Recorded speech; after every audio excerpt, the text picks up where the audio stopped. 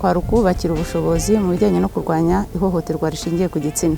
Barebeye hamwe icyo ihohoterwa rishingiye ku gitsina ari cyo, baniga kandi amoko y'ihohoterwa rishingiye ku gitsina, uburenganzira bw'umwana n'umugore, uburyo bwo gufasha uwahohotewe n'uburyo bwo kumugeza kwa muganga, ariko nanone kandi imyitwarire ikwiriye kuranga umuntu uri muri izi nzego mu gihe cyo gufasha uwahuye n'ihohoterwa rishingiye ku gitsina.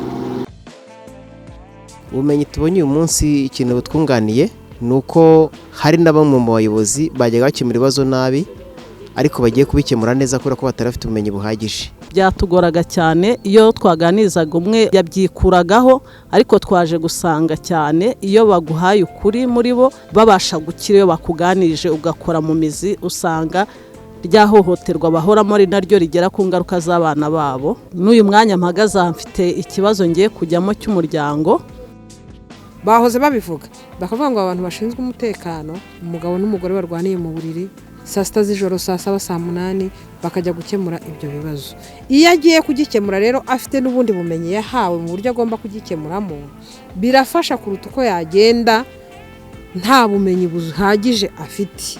Iki rero turagishima kuko hamwe n'ubumenyi barimo bahabwa bizadufasha no kwigisha no gukumira ryahohoterwa. Bya bindi bavuga babamo bakajya kureba ibyarangije kuba kandi bakagombye ahubwo gukumira.